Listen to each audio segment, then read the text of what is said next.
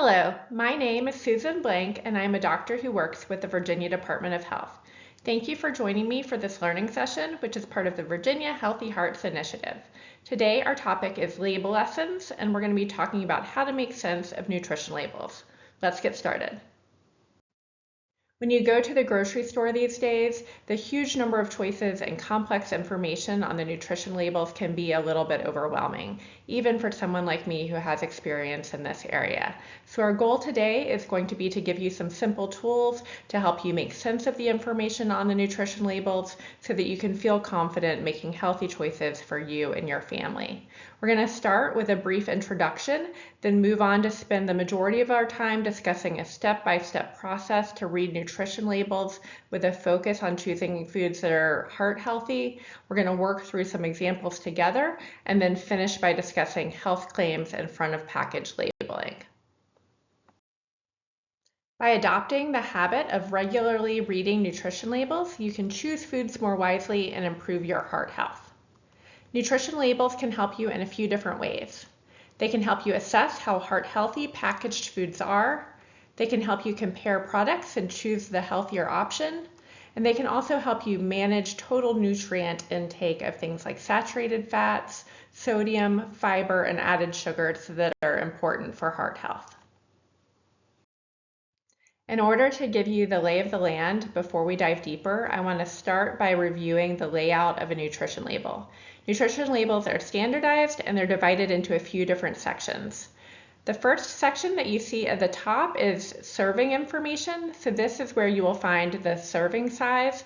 This is really important information to pay attention to because the rest of the numbers on the nutrition label are based on this serving size. So you always want to take a look at it and see how it compares to how you're actually going to eat the food. So for example, this serving size is 1 cup. If you think that you are actually going to eat 2 cups of this food, then you're going to want to double the rest of the numbers on the nutrition label. Below the serving information, the next section is about calories. This is the energy content of the food. And then below that, shown here in yellow, you'll see a list of nutrients. The nutrients are divided into 2 different sections. On the top section above the bold line, you see the major nutrients. These are things like fat, sodium, carbohydrate, and protein, and these are going to be the same on all nutrition labels that you look at. And then below the bold line, you'll see vitamins and minerals and things that are found in smaller portions. These will differ a little bit from nutrition label to nutrition label depending on what's in the food. And for all the nutrients, you'll see 2 different numbers. There's one number which is right next to the name of the nutrient, and that is the weight, usually in grams or milligrams of the food. And then over on the right side here, shown in purple, is the percent daily value of that food. And as a general rule of thumb, if it has under 5% of the percent daily value, that's considered being low in that nutrient. And if it's 20% or more, that's considered a food that is high in that nutrient. Even before you get into the details of a nutrition label, you should think of that nutrition label as a warning label. And that's because a nutrition label indicates that a food has been processed to some extent. All processed and packaged foods have to have a nutrition label on them, whereas unprocessed whole foods do not. So things like fresh fruits and vegetables do not need nutrition labels. You're not going to find a nutrition label on a banana or an avocado. And we know that generally processed foods, and especially ultra-processed foods, are not as healthy as whole, unprocessed foods. The good news about this is if you're picking out some of the healthiest foods in the grocery store, like fresh fruits and vegetables and meats, you're not going to have to worry about reading nutrition labels. Now we're going to move on and discuss a step-by-step process to read nutrition labels. And we're going to be doing this primarily through the lens of heart health and picking heart-healthy foods. If you have other specific health problems, including kidney disease or vitamin deficiencies, there may be some things that are important for you to take a look at on nutrition labels, which we're not going to have time to cover today. So you should discuss those with your own healthcare team. I'm going to start with an overview of the process, and then we'll move on and discuss each of the steps in detail. So the first step is to assess serving size. Step 2 is to consider calories. Step 3 is to study the saturated and trans fats. Step 4 is to scrutinize sodium. Step 5 is to analyze added sugars. And step 6 is to factor in fiber. Step 1 is to assess serving size.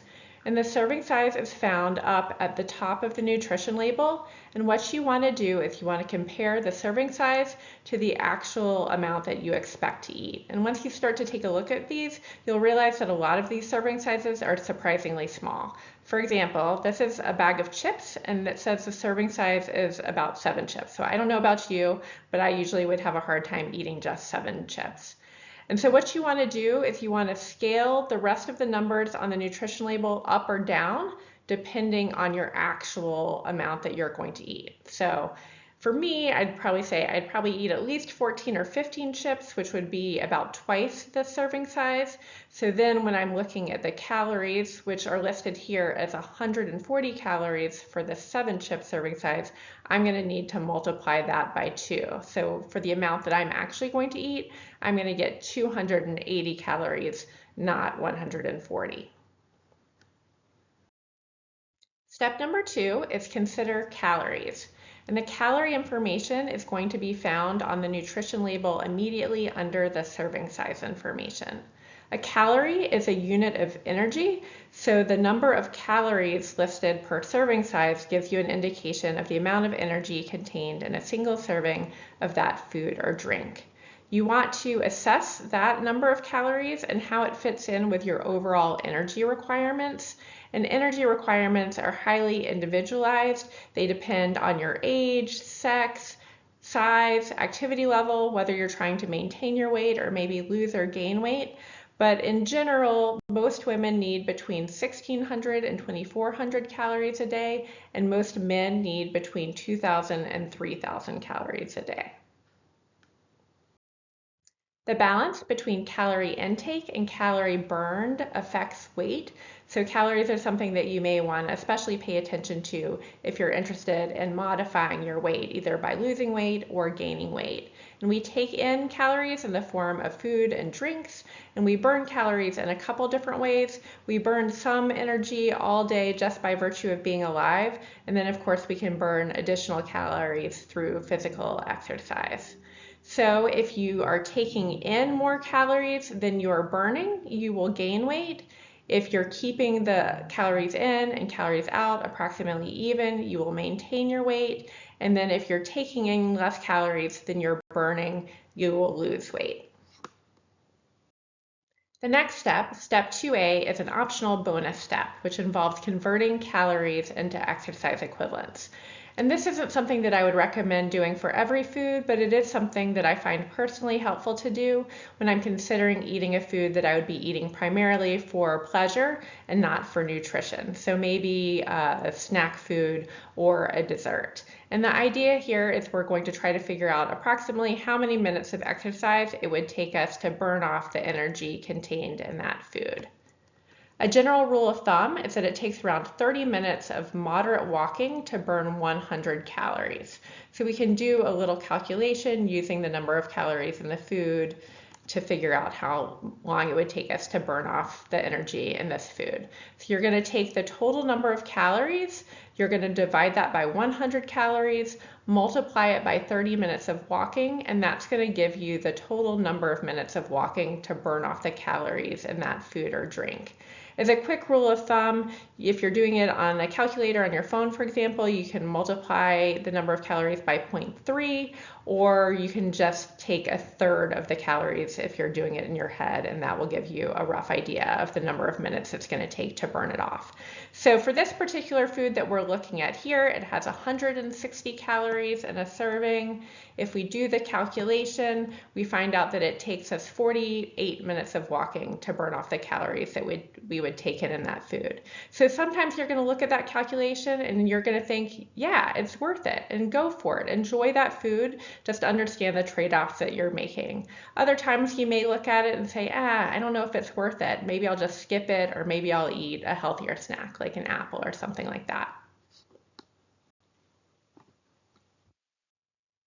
Now we're going to move on and look at the part of the nutrition label that looks at the individual nutrients. And there are a few nutrients that we're going to focus on because they are the most important ones for heart health. The first is saturated and trans fats. These are important because they can increase cholesterol levels. Next is sodium, which plays a very important role in blood pressure. Then fiber. Fiber does a number of things. It decreases cholesterol, it can help limit blood sugar spikes after eating, and also increases feelings of fullness, so it can help with appetite regulation and weight management. And lastly, we'll look at added sugars. These contribute to weight gain, high blood pressure, and diabetes risk without adding any nutritional value. Step 3 is to study saturated and trans fats.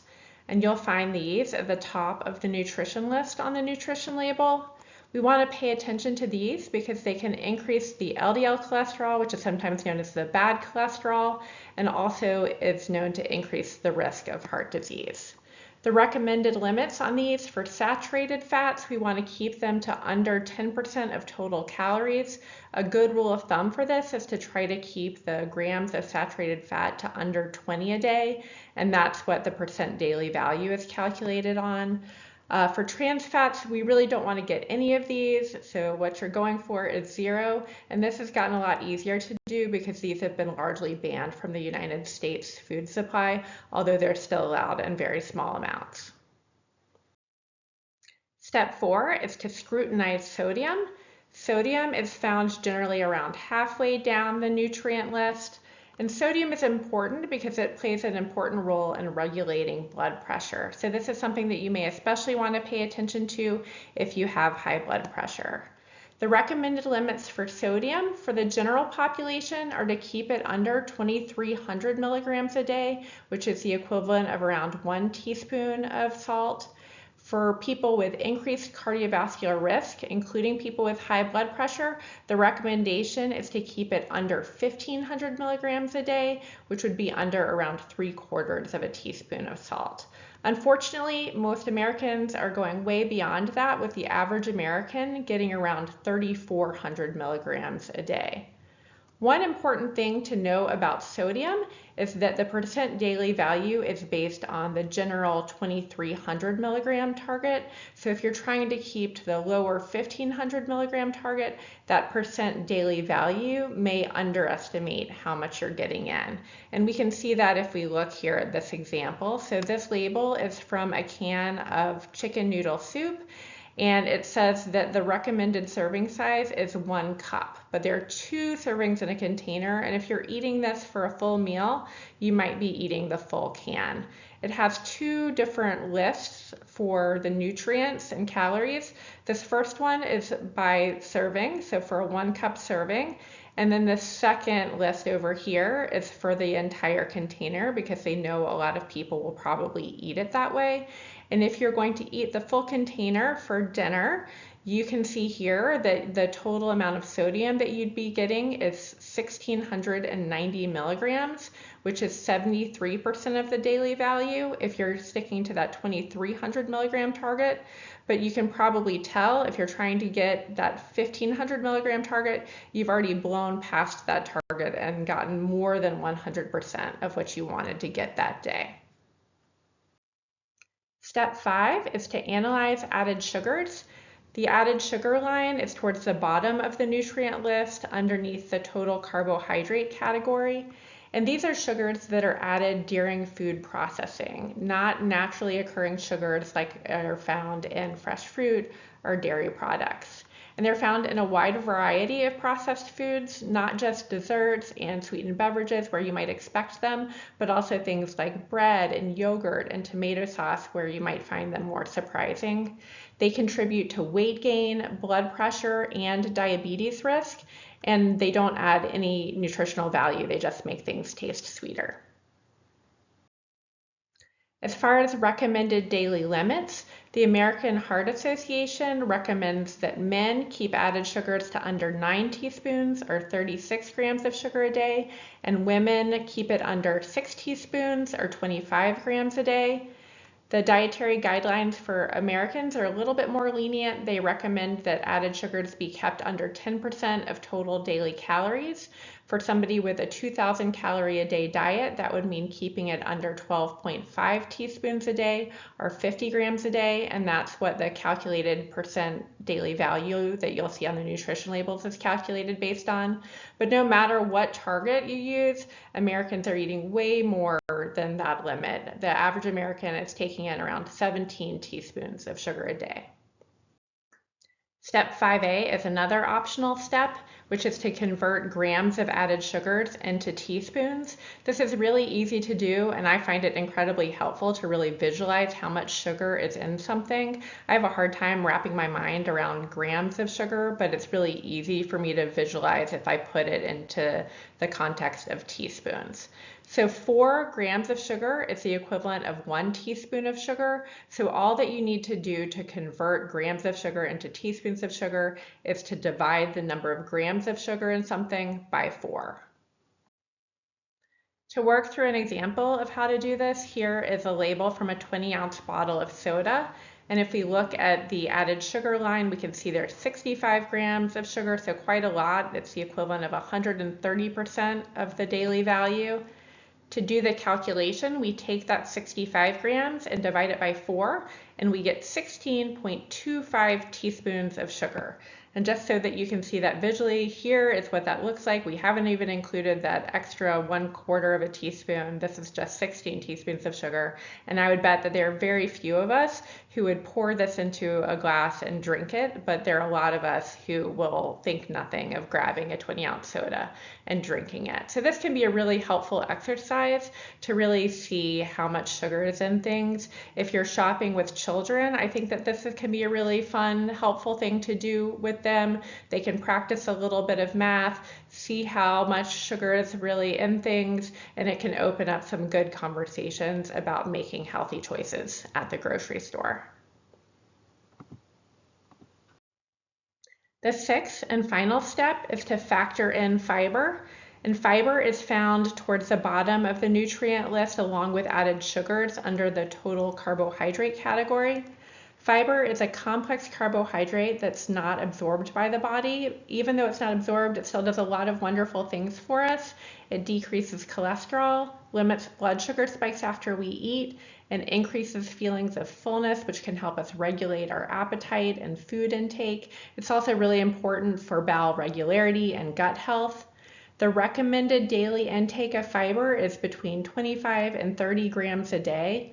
A lot of this should really be coming from whole unprocessed foods like fresh fruits and vegetables and whole grains, so it makes it a little difficult to calculate up your daily intake from looking at nutrition labels, but this is something that can be very helpful to look at if you're comparing products so that you can pick the one that's higher in dietary fiber. Now that you know the steps of how to approach and evaluate a nutrition label, we're going to work through some examples. Let's walk through the example of a protein bar. The first step is to assess serving size. The serving size on this is 1 bar. That seems really reasonable. It sounds like the way that we're probably going to want to eat this food. And that's great news because it means that we can take the rest of the numbers on the nutrition label at face value, and we don't have to scale anything up or down because we're eating more or less than the standard serving. Step 2 is to consider calories. There are 250 calories in this bar, and we have to interpret that in the context of our overall energy requirements for the day and also our purpose in eating this food. So if this is part of a planned snack after we exercise, that may be entirely reasonable. If it's something that we're grabbing on impulse at a convenience store, or if we're just eating it because we're bored or like the taste of it, it's something that we might want to think twice about.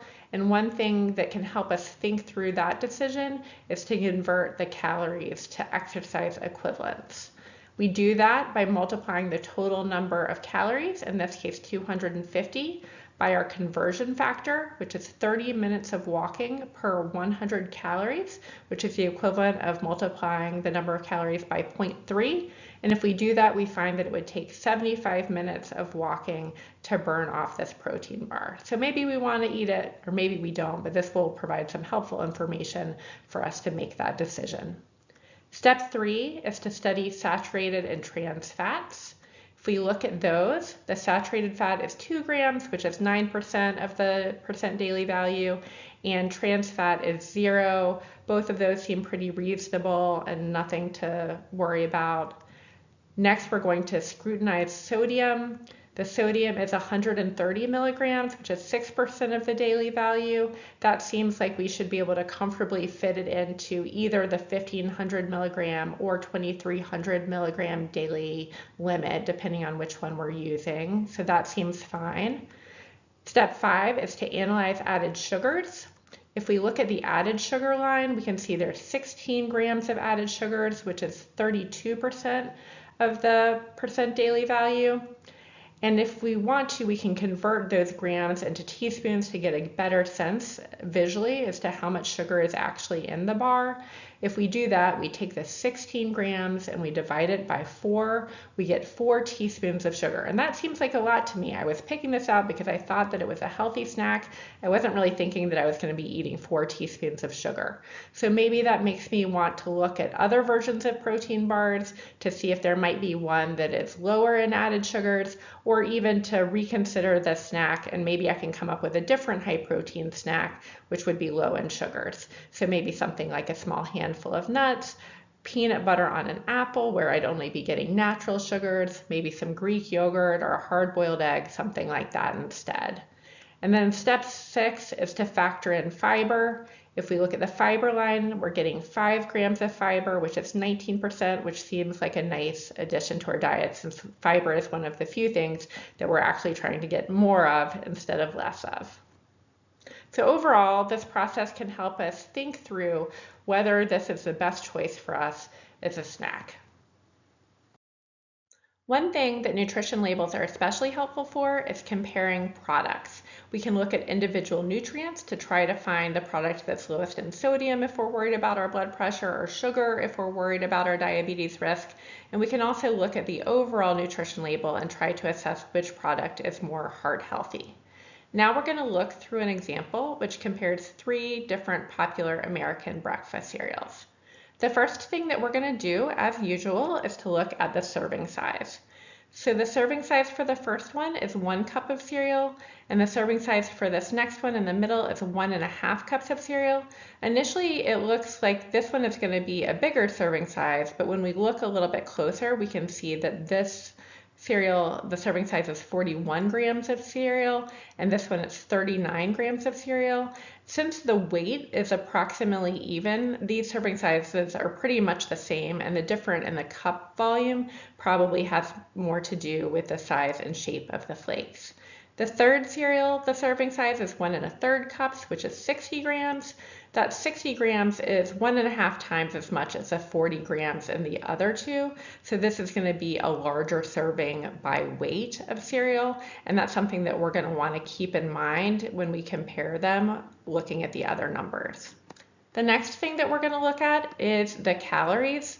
One thing that you'll notice for cereal for all of these labels is that there are 2 different lines. The first line for all of these is the cereal by itself. The second is a cereal the way that most people would eat it, which is with milk.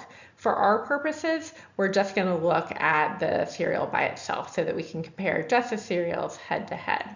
So this first cereal has 170 calories per serving. The next cereal has 140 calories per serving, so it's a little bit lower in calories. And the third one has 210 calories per serving. But we need to remember that by weight, we're getting approximately 1.5 times as much cereal for this one. And if you take that into account, on a calorie per gram basis, these 2 cereals are pretty equivalent. The next thing that we're going to look at is saturated and trans fat. So this first cereal has 0 grams of saturated fat and 0 grams of trans fat, which is wonderful. This next one has a tiny bit of saturated fat at 0.5 grams, but that's only 3% of the percent daily value, which isn't bad at all, and 0 trans fats. And the third one also has 0 saturated fats and 0 trans fats. So I would consider all of these pretty equivalent, and they're all low in saturated and trans fats, which is great. The next thing that we're going to look at is sodium. This first one has 230 milligrams of sodium, which is 10% of the daily value. The next one has 190 milligrams of sodium, which is 8% of the daily value. So this is a little bit less than the first one. And the third one looks really great. It has 0 milligrams of sodium. So if you're looking for the lowest sodium option, this is definitely the one that you're going to want to pick. However, neither one of these are terribly high in sodium. The next thing that we're going to look at is added sugars. This first cereal has 12 grams of added sugar, which is 24% of the daily value, or around 3 teaspoons of sugar. This next one only has 1 gram of sugar in it, or 2% of the daily value, so quite a bit less. And the third one has 0 added sugar. So if you're trying to pick lower sugar options, you want to go with one of these two. And lastly, we're going to look at dietary fiber. This first one has 3 grams of dietary fiber in it, which is 11% of the daily value. The next one has a tiny bit more, 4 grams, which is 15% of the daily value. And then the last one over here has 8 grams, which is 30% of the daily value.